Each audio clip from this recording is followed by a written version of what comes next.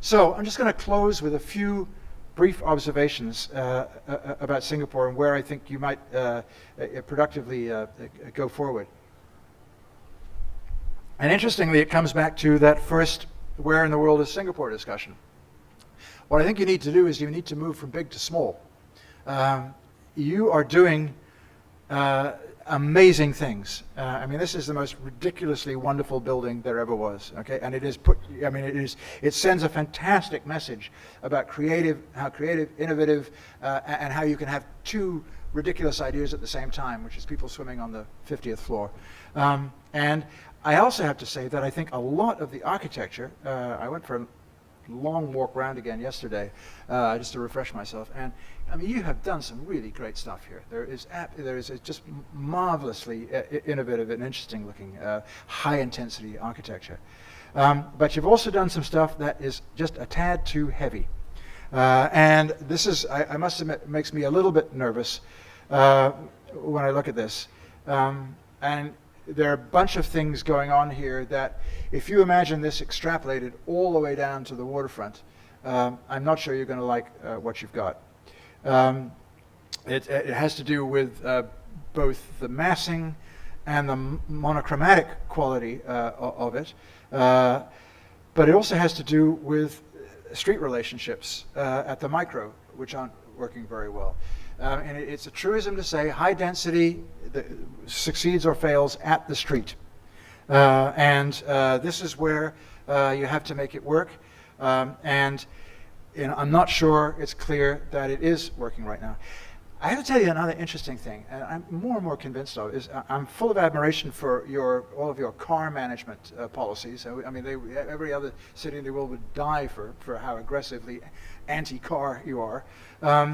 But one of the crazy things is you don't have any traffic. You really don't have any traffic in this town. So my proposition number one is to take a lane out of every single major street, because you've got too much asphalt. Look at that, okay? That's too much asphalt. So here's the right amount of asphalt.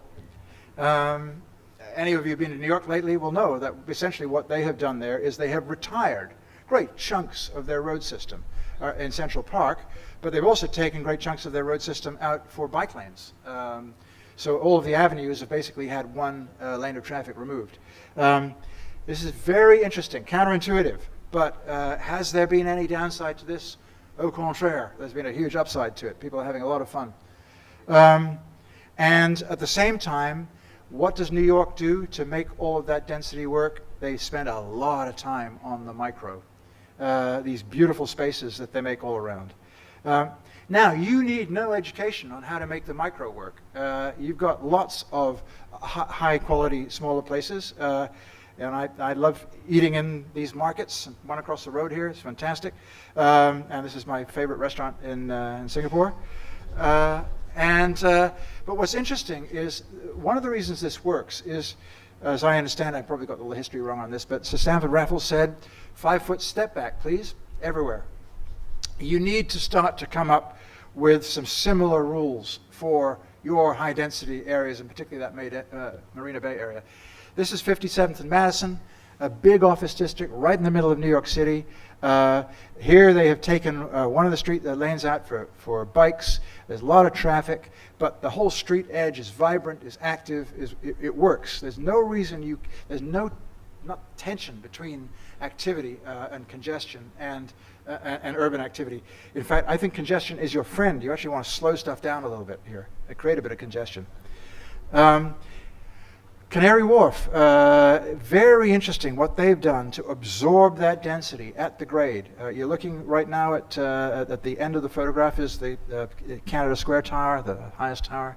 But very pleasant micro environment, working very well, animated, activated sidewalks.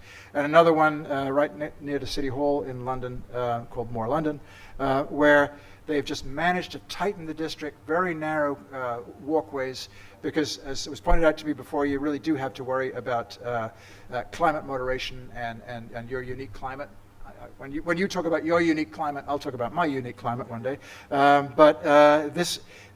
are ways of doing this and doing it well.